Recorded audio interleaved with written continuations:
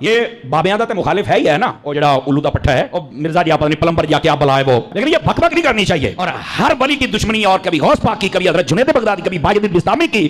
مطلب بندے کو کتا ہونا چاہیے, پر انٹرنیشنل کتا تو نہیں نہ ہونا چاہیے. سارے ہی پہ گئے ہیں. میرے پاس کلپ کسی دوست نے بھیجا, کہہ رہا ہے ماں کے شاہی کوئی نہیں, ماں کے بارے میں ماں کے شاہی کوئی, ماں کیا شاہ بے, او مجھے تب سمجھ آئی. میں سمجھتا تھا یہ صرف پیو کوئی نہیں, یہ ماں بھی کوئی نہیں, یہ تو کھوپڑی دا پتر لگدا ہے مینوں, یہ تو کسی جانور کا بچہ ہے یار. تیری ماں ہی تینوں پوچھ لیندی, پہلے بزرگاں دا مخالف بنیا, ہن تو مینوں پہ گیا یار. ایسا یتیم العلم یزید الفکر خبیث النسل والاصل والعقل مطمئن کمینہ انٹرنیشنل بغیرت. پتہ کیا کہتا ہے یہ سیوطی کیا ہے؟ سیوطی امام جلال الدین سیوطی شافعی رحمۃ اللہ علیہ, آپ کا ذکر ہے. سیوطی کیا ہے؟ سیوطی نے بندے دیکھے ہونے, سیوطی میں ماں جیسے منہ پھاٹ کے ایسے بک بک کر رہا ہے. اب میں کیا سن, اے سالا حضرت ملنگ دا جواب سن, تو سیوطی نہیں, تو یہ لمدی کتی ہے جڑا ہر بندے نو پہ گئی ہے تو, لیکن تینوں پتہ کوئی نہیں نا, تو ساڈی ایک سٹ نہیں بچانی پترا. اس واسطے اپنی زبان بند کر, بکواس بند کر. تینوں سیوطی بنن دا چاہ چڑھیا ہے. میں کہ بلے ہو شیرا, یا بازار دی کوٹ کلی چھتیریاں نو جپے. آپ کو یہ نہ کہے کہ یہاں قادری صاحب آپ نے تھوڑا سا نا یہ اس کو کتی کہا ہے اور کھوتی دا بچہ کہا. میں کہ وہ آپ مندہ ہی نہیں مانو, میں کران کی داس نا, وہ مندہ ہی نہ پیو نو منیا ہے تا میں حرام دا کہہ سی. اور پیر غفران صاحب نے بھی کہا تھا,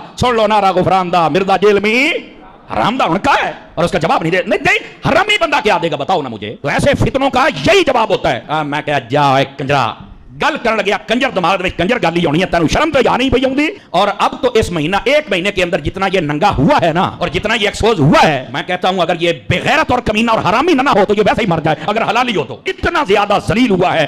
لعنتیا تجھے نہیں پتا, ویسے بھی تو انجینئر ہے, رکشے کھول کے کس تیرا توکی نہیں بنتا ہے شعبے. مولوی اسی 10 سال سے پڑھے ہیں, یہ کہندے داڑھ تھلے آئے ہیں. میں نہیں اس کو کہتا داڑھ تھلے آئے, کیونکہ اسی منہ جدی بھی شے پائی ہے, حلال شے پائی ہے, حرام شے کدی نہیں پائی اسی. اینو میں ویسے ہی رینج تھلے دیاں گا, پھر میں پوچھاں گا پتر ہوں دس تماشے بنائے ہوئے ہیں جو جاندیاں باندریاں لومڑیاں اٹھ کے بج بگیاں. آپ میں سے مجھے بتائیں کتنے لوگ ہیں, چلے ریل ٹائم ہم ڈیٹا لے لیتے ہیں, آپ میں سے کتنے لوگ ہیں کہ جنہیں میرا تعارف نیگیٹو ہوا تھا سٹارٹ میں؟ ذرا ہاتھ کھڑا کریں.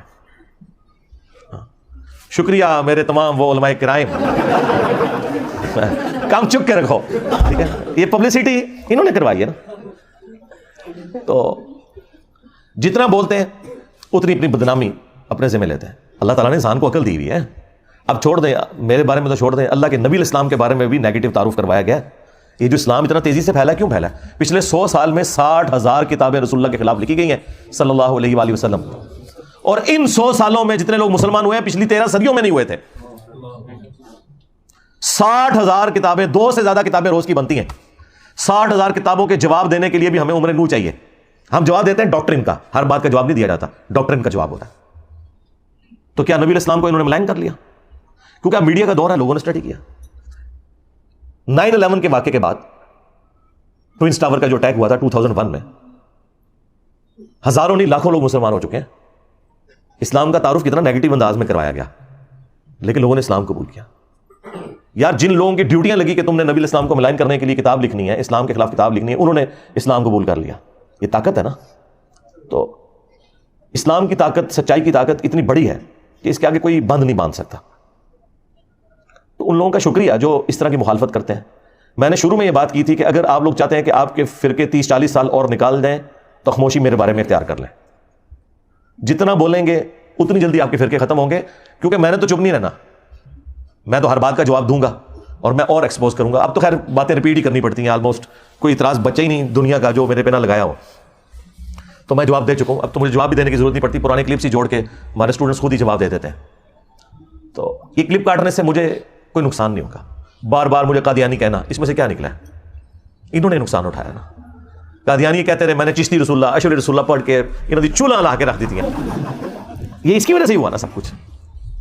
تو انہوں نے نقصان ہی اٹھایا نا اس کی وجہ سے. جتنا پروپیگنڈا کرتے ہیں میں اتنا ہی پھر دلیری کے ساتھ آ کے نا مقابلہ کرتا ہوں کہ یار یہ یوں نہیں, یہ یوں تھا.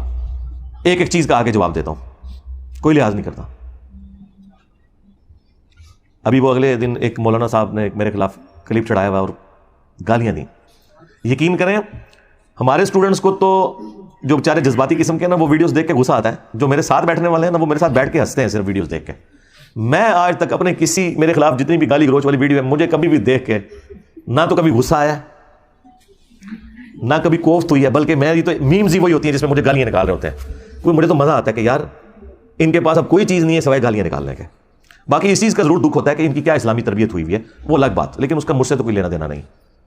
تو اگلے دن ایک مولانا نے ایک ویڈیو چڑھائی ہوئی کہ انجینئر صاحب کے اندر ماں تے شاہی کوئی نہیں. اور میرے پاس کلپ کسی دوست نے بھیجا، کہتا ہے ماں کے شاہی کوئی نہیں، ماں کے بارے میں ماں کے شاہی کوئی، ماں کیا شاہ ہے؟ اوہ مجھے تب سمجھ آئی، میں سمجھتا تھا یہ صرف پیو کوئی نہیں، یہ تو ماں بھی کوئی نہیں، یہ تو کھوتی دا پتر لگدا ہے مینوں، یہ تو کسی جانور کا بچہ ہے یار، تیری ماں ہی تینوں پوچھ لیندی، پہلے بزرگاں دا مخالف بنیا، ہن تو مینوں پہ گیا۔ اب اللہ کے بندو، مطلب یہ کوئی بات ہوئی ہوگی نا، اس کے کوئی شروع میں کوئی اول آخر کوئی بات ہوئی ہوگی، ٹھیک ہے؟ یہ بات تو اللہ کے نبی نے بات کی ہوئی ہے، بخاری مسلم دونوں میں حدیث ہے، تم میں سے کوئی شخص اس وقت تک مومن ہی نہیں ہو سکتا جب تک کہ میں اسے اس کے ماں باپ اولاد سب لوگوں سے بڑھ کر عزیز نہ ہو جاؤں۔ اسی کو میں نے ٹرانسلیٹ کیا کہ جہاں کہیں اللہ اور اس کے رسول کی بات آ جائے وہاں ماں باپ تو شاہی کوئی نہیں۔ آپ مجھے بتائیں، یہ تو حدیث ہے بخاری مسلم کی، اس کو ظاہر ہے میں نے اپنے انداز میں بیان کیا نا۔ جو مفکرین ہوتے ہیں یا جو شعراء ہوتے ہیں وہ انہی باتوں کو ایک ڈیفرنٹ فارم میں پریزنٹ کرتے ہیں، مطلب وہی ہوتا ہے۔ صحیح مسلم میں حدیث ہے کہ بے شک اللہ تعالیٰ اس کتاب کی وجہ سے بعض لوگوں کو عروج دیتا ہے اور بعض کو پستی کا شکار کرتا ہے، اور یہ چونکہ مضارع کا سیغہ ہے مستقبل کو بھی کفایت کرتا ہے کہ اللہ قرآن کی وجہ سے کچھ لوگوں کو عروج دے گا، کچھ کو زوال دے گا۔ لیکن ڈاکٹر اقبال نے اسی حدیث کو ٹرانسلیٹ کیا ہے ماضی کے سیغے میں، وہ زمانے میں معزز تھے مسلمان ہو کر اور تم خوار ہوئے تارک قرآن ہو کر۔ یہ جواب شکوہ کا شعر۔ حدیث میں تو یہ نہیں تھا، حدیث میں یہ تھا کہ اس کتاب کی وجہ سے قوموں کو عروج ملے گا اور بعض کو زوال ملے گا، مستقبل کی خبر تھی۔ ڈاکٹر اقبال نے اسے ماضی کی خبر بنایا، کیونکہ آج ہم مستقبل میں بیٹھے ہیں، ہمارے لیے تو ماضی ہو چکا ہے، ہمارے ساتھ جو کچھ ہوا، چاہے وہ ہمارے ساتھ تاتاریوں نے کیا یا کلونین پاورز نے کیا، ہم نے خواری تو کاٹ لیا۔ تو اسی بات کو ایک ڈیفرنٹ انداز میں انہوں نے پہنچا دیا کہ محمد سے وفات ہونے تو ہم تیرے ہیں، یہ جہاں چیز ہے کیا لوح و قلم تیرے ہیں۔ اس پہ جواب شکوہ کنکلوڈ ہوا ہے نا۔ دیکھیں مولویوں کی کوئی تقریر ڈاکٹر اقبال کے شعروں کے بغیر مکمل نہیں ہوتی، اور کہتے ہیں علامہ اقبال نے فرمایا۔ علامہ اقبال کو کیڑی ڈگری سی؟ دسو ہاں، تمہارے بڑے بڑے مفتی علامہ اقبال کو کوٹ کرتے ہیں اور علامہ کہتے ہیں، علامہ تو نہیں تھے، وہ تو ڈاکٹر تھے، فلسفی میں انہوں نے پی ایچ ڈی کی ہوئی تھی، دین انہوں نے اسی طرح حاصل کیا جس طرح میں نے۔ بہرحال میں نے تو الحمدللہ جس لیول کے اوپر آپ کے سامنے بیان کیا ہے، تو ڈاکٹر اقبال نے بھی ویسے بیان نہیں کیا کہ آپ کو آیات یا حدیث کے کوئی حوالے بتائے ہوں، لیکن انہوں والے تک علامہ اقبال کہنے رہے، انہوں تک کہنا چھوڑ دیں کہ محمد سے وفات ہونے تو ہم تیرے ہیں، یہ جہاں چیز ہے کیا لوح و قلم تیرے ہیں۔ یہ اللہ کی طرف سے انہوں نے جواب دیا کہ اگر تو نے میرے نبی کے ساتھ وفات کی نا اے امت محمدیہ صلی اللہ علیہ وسلم، پھر ہم تیرے ہو جائیں گے، اور یہ دنیا تو کوئی چیز نہیں، لوح و قلم پہ بھی فیصلے پھر تمہاری دعاؤں کے اوپر ہوں گے اگر تم میرے نبی کے وفادار رہے۔ اب یہ قرآن و حدیث میں ان الفاظ کے ساتھ تو کہیں بات موجود نہیں، لیکن پورے قرآن و سنت کی تھیم یہی ہے کہ محمد سے وفات ہونے تو ہم تیرے ہیں، یہ جہاں چیز ہے کیا لوح و قلم تیرے ہیں۔ لہٰذا وہ حدیث کہ تم مومن ہی نہیں ہو سکتے جب تک کہ میں تمہیں تمہارے ماں باپ اولاد سب لوگوں سے بڑھ کر عزیز نہ ہو جاؤں، یہ حدیث پڑھ کے اس کی جب تھیم بیان کرے انسان، ان لوگوں کو سمجھائے کہ جن کی مائیں کہتی ہیں کہ اگر تو نے داڑھی نہ کٹائی تو میں دودھ نہیں بخشوں گی، اور زبردستی وہ بچوں کی داڑیاں مڑوا کے اپنے لیے بھی جہنم کا سبب کرتی ہیں اور اپنی اولاد کو بھی جہنم میں دھکیلتی ہیں، اور اپنی بچیوں کا حجاب اتروا دیتی ہیں کہ اچھے رشتے نہیں ملیں گے، اور بعد میں بھی جو ملتے ہیں رشتے وہ بھی جو گند کھاتے ہیں بعد میں وہ بھی پتہ چل جاتا ہے۔ تو ایسے ماں باپ کو پھر ہم نہ سنائیں کہ ہم نے اللہ اور اس کے رسول کی بات ماننی ہے، تو سیدھے شاہی کوئی نہیں۔ ماں باپ کے ساتھ اس نے سلوک کا حکم اللہ نے دیا ہے، اگر ماں باپ اللہ اور اس کے رسول کے باغی ہیں پھر ان معاملات میں ان کی بات نہیں مانی جائے گی۔ ہاں دنیا میں معروف طریقے سے آپ نے چلنا ہے، ہیومن ڈگنیٹی وائلیٹ نہیں ہوگی، وہ تو سورہ لقمان میں آیا ہے کہ اگر وہ شرک کا کہیں تو تم نے نہیں بات ماننی، لیکن دنیا میں معروف طریقے سے چلنا ہے۔ اور صحیح بخاری میں حدیث ہے، حضرت ابو بکر کی ایک بیوی کافرہ تھی، اسماء بنت ابی بکر کی والدہ حضرت عائشہ کی جو بڑی بہن تھی، انہوں نے کہا کہ میری ماں میرے پاس آتی ہے اور وہ مشرکہ ہے، تو کیا میں اس کے ساتھ حسن سلوک کروں؟ تو اللہ کے نبی صلی اللہ علیہ وآلہ وسلم نے فرمایا کہ ہاں تم اس کے ساتھ حسن سلوک کرو۔ یعنی دنیا میں آپ نے معروف طریقے سے معاملات کو لے کے چلنا ہے، سیدھی سی بات ہے۔ اس طرح آؤٹ آف کانٹیکسٹ تو آپ جس کی بھی چیز کو کاٹتے رہیں، اس کا تو کوئی اینڈ ہی نہیں ہونا، آپ جو مرضی کرتے جائیں۔ لیکن آپ نے فرق دیکھا، ہمارے اسٹوڈنٹس یہ حرکت کسی کے ساتھ نہیں کرتے، اور ہمارے مخالفین کرتے یہی ہیں، اور اپنا لقمہ اس کے منہ میں داخل کرتے ہیں، اور پھر کہتے ہیں جی جوڈیشری سے کیسز کیوں فارغ ہو جاتے ہیں؟ یار جوڈیشری میں جو لوگ بیٹھے ہوئے ہیں وہ ملوٹے تو نہیں ہیں، تمہارے بزرگوں کے عبادت گزار تو نہیں ہیں، جوڈیشری نے تو اپنے معاملات کو لے کے چلنا ہے، انہوں نے آئین اور قانون کے مطابق معاملے کو دیکھنا یہ بات اس طرح ہے یا نہیں ہے، اس کے بعد انہوں نے فیصلہ سنا دینا، ان کو تو ایسے غرض ہی کوئی نہیں ہے۔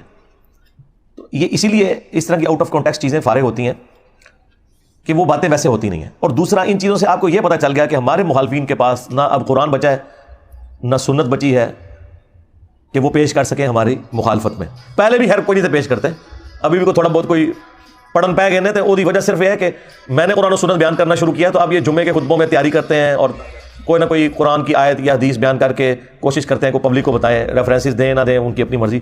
تھوڑا بہت کوئی ابھی علمی شغف بھی آیا تو ابھی آنا شروع ہے، اچھی بات ہے، ہم اسے اپریشیٹ کرتے ہیں، ایسے ہی ہونا چاہیے.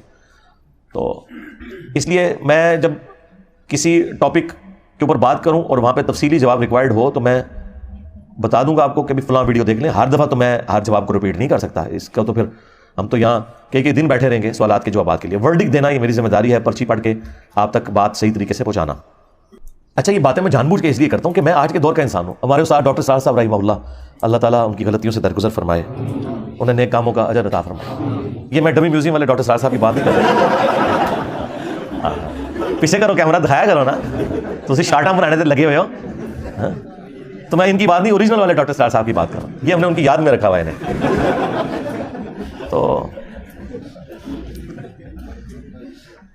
ڈاکٹر سراج صاحب رحمہ اللہ تعالیٰ کی کافی ساری باتیں مجھے بعد میں رہ کے یاد آتی ہیں.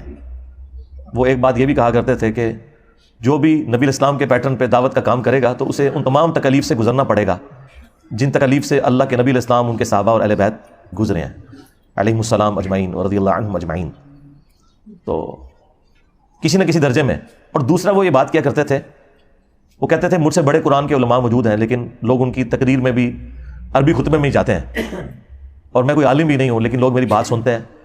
وہ کہتے تھے اس لیے کہ میں MBBS ڈاکٹر ہوں، جس کی وجہ سے میرے پاس دنیاوی تعلیم ہے اور میں آج کے دور کا انسان ہوں. جب میں بات کرتا ہوں تو میری آڈینس کو پتہ چل جاتا ہے کہ یہ کوئی 700-800 سال پہلے کوئی ابن تیمیہ کا شاگرد کہیں سے کوئی لمبی عمر پا کے تو بات نہیں کر رہا، یا کوئی 150 سال پہلے کوئی اشرف تھانوی صاحب کے پاس کوئی بیٹھنے والا کوئی بابا نہیں تھا کہ وہ پرانی اردو میں اور پرانی مثالوں میں باتیں کر رہا ہے، بلکہ وہ فیل کرتے ہیں کہ یہ آج کے دور کا انسان ہے. تو اس میں میں نے ایک اور چیز ایڈ کر دی ہے کہ چونکہ میری طبیعت کے اندر مزاح ہے، تو میں کوشش کرتا ہوں کہ اس انداز میں بھی، مزاح کے انداز میں بھی کوئی بات کنوے ہو جائے کسی سلوگن کے ذریعے، کسی اور ذریعے سے، کہ آپ کے دماغ میں نقش ہو جائے.